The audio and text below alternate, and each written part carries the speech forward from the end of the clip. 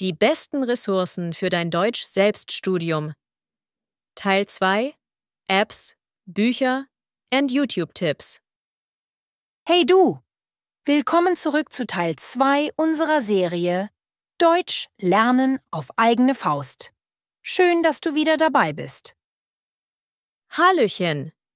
Nachdem wir im letzten Video ja geklärt haben, wie wichtig dein echtes Warum und klare Ziele sind, brennt mir jetzt natürlich eine Frage unter den Nägeln, Anna. Womit lernt man denn am besten, wenn man so ganz allein vor sich hinwurstelt? Vor sich hinwurstelt klingt gut. Aber genau darum geht's heute. Wir stellen dir die besten Ressourcen vor, damit aus dem Wursteln ein richtig effektives Lernen wird. Von klassischen Büchern über coole Apps bis hin zu, natürlich, YouTube-Kanälen. Mega! Ich brauche da echt mal einen Überblick. Man wird ja fast erschlagen von dem ganzen Angebot da draußen. Wo fängt man da an, das Richtige für sich zu finden? Es gibt ja 1000 verschiedene Lerntypen. Absolut. Und deshalb schauen wir uns heute eine bunte Mischung an und geben dir ein paar Tipps, wie du die Ressourcen findest, die wirklich zu dir und deinem Lernstil passen. Bist du bereit, du da draußen, für eine Entdeckungsreise durch die Welt der Lernmaterialien? Sowas von! Zeig uns die Schätze! Ressource 1: Bücher. Mehr als nur staubige Klassiker. Fangen wir mal mit Büchern an. Klingt vielleicht erstmal ein bisschen nach Schulbuchmief? Oder, Lena? Naja, ein bisschen schon. Die klassischen Lehrwerke sind ja oft so strukturiert und manchmal etwas trocken. Muss das sein? Muss nicht immer nur das klassische Lehrwerk sein. Klar, Reihen wie Menschen oder Spektrumdeutsch sind super für einen roten Faden, besonders wenn du eine Prüfung anstrebst. Aber für Selbstlerner gibt es auch fantastische Grammatik- und Übungsbücher, die speziell dafür konzipiert sind. Denk mal an sowas wie German Grammar in Use, oft auf Englisch, aber Top-Erklärungen. Oder die Übungsbücher von Verlagen wie Langenscheidt oder Hüber, die dir gezieltes Training zu einzelnen Themen bieten, mit Lösungen zur Selbstkontrolle. Ah, auch nicht nur die dicken Kursbücher, sondern auch so richtig fokussierte Grammatik- oder Übungshefte? Das klingt ja schon viel flexibler. Und die Lösungen sind natürlich Gold wert. Genau. Der Vorteil von Büchern ist oft die Tiefe und die systematische Aufbereitung. Du kannst dir ein Thema wirklich von Grund auf erarbeiten. Kurz gesagt, für eine solide Grammatikbasis und strukturierte Übungen sind gute Selbstlernbücher immer noch eine Bank, am besten in Kombi mit anderen Methoden. Ressource 2: Lern-Apps, dein Deutschtrainer für die Hosentasche. Als nächstes, du da draußen, dein ständiger Begleiter, das Smartphone. Apps sind natürlich der Hammer für unterwegs oder für kleine Lerneinheiten zwischendurch. Erwischt.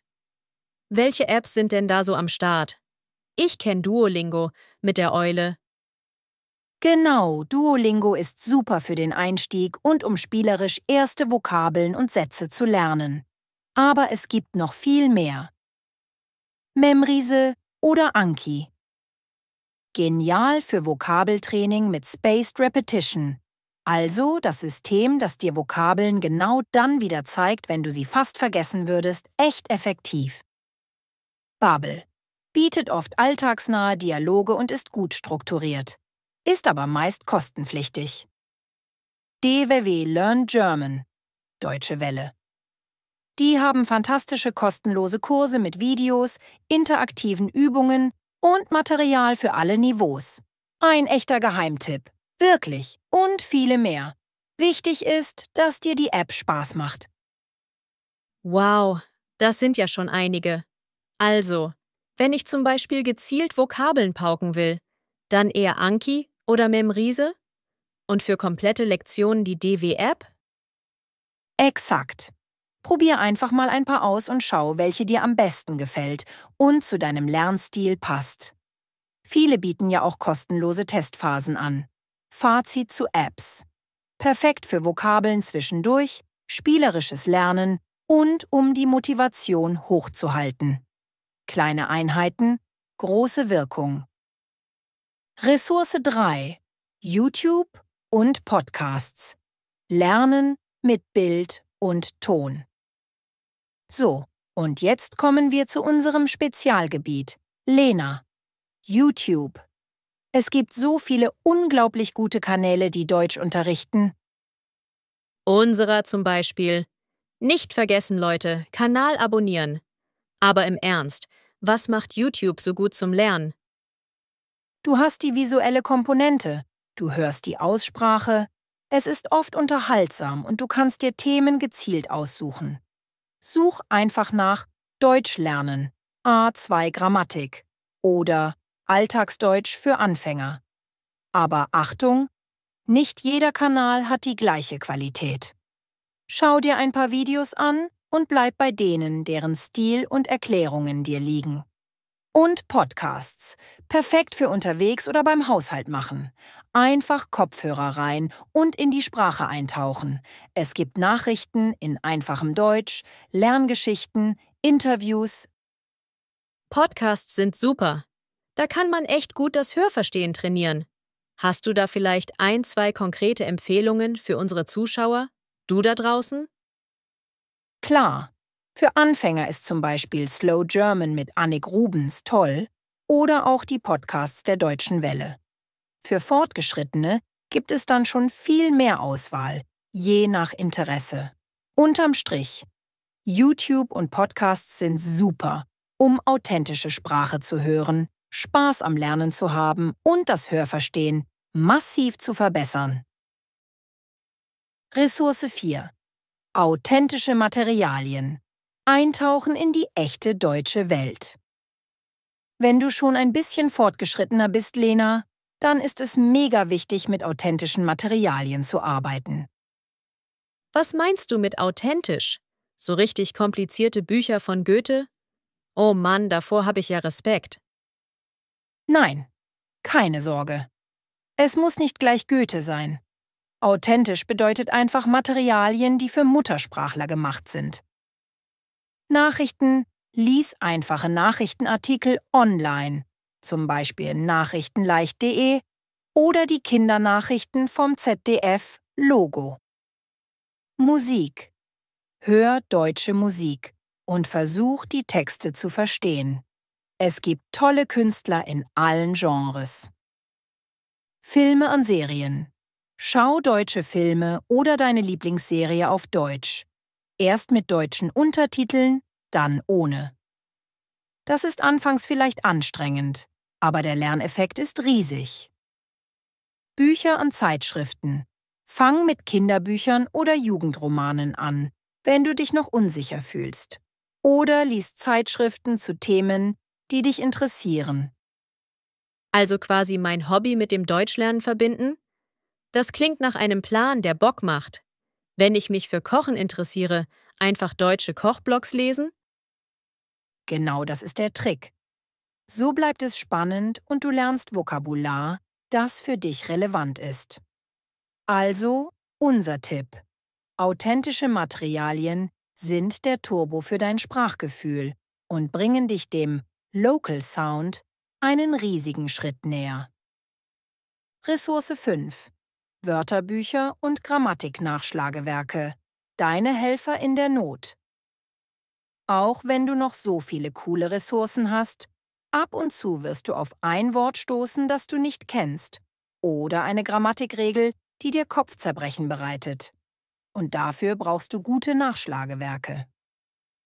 Also dicke, staubige Wörterbücher? Die gibt's auch noch, aber online ist es viel praktischer.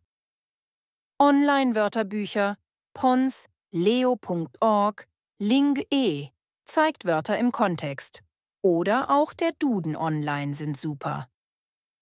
Grammatik-Websites. Seiten wie meindeutschbuch.de oder kanu.net bieten super Erklärungen und Tabellen. Wichtig ist, verlass dich nicht nur auf Google Translate. Das ist gut für eine schnelle Übersetzung, aber für das echte Verständnis und die Grammatik sind richtige Wörterbücher und Grammatikseiten besser. Okay, das ist ein guter Hinweis. Also immer mal wieder gezielt nachschlagen, wenn was unklar ist.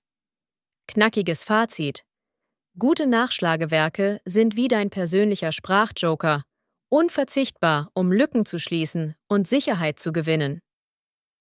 Fazit an deine Lieblingsressource? So, Lena und du da draußen, das war jetzt ein Ritt durch die Welt der Lernressourcen. Von Büchern über Apps bis hin zu Filmen und Nachschlagewerken. Die wichtigste Erkenntnis ist: Es gibt nicht die eine perfekte Ressource. Die beste Methode ist ein Mix aus verschiedenen Dingen, die zu deinem Lerntyp, deinen Zielen und deinen Interessen passen. Absolut! Ich habe jetzt richtig Lust, ein paar von den Apps auszuprobieren und vielleicht mal wieder einen deutschen Film zu schauen. Das mit den authentischen Materialien finde ich besonders cool. Es ist einfach viel motivierender, wenn es um Themen geht, die einen wirklich interessieren. Genau. Und jetzt bist du dran, du da draußen. Welche Ressourcen nutzt du am liebsten beim Deutschlernen? Oder hast du einen Geheimtipp, den wir hier noch nicht genannt haben? Teil deine Erfahrungen und Favoriten mit uns und der Community unten in den Kommentaren. Davon können alle profitieren. Wir sind schon mega gespannt auf eure Tipps. Und wenn dir dieses Video geholfen hat, die richtigen Werkzeuge für dein Selbststudium zu finden, dann gib uns einen Daumen hoch und vergiss nicht, den Kanal zu abonnieren, damit du auch Teil 3 unserer Serie nicht verpasst, wo es dann um konkrete Lerntechniken geht. Genau. Trau dich, verschiedene Dinge auszuprobieren und finde heraus, was für dich am besten funktioniert. Bis zum nächsten Mal. Hau rein und viel Spaß beim Entdecken deiner Lieblingsressourcen. Tschüss! Tschüss.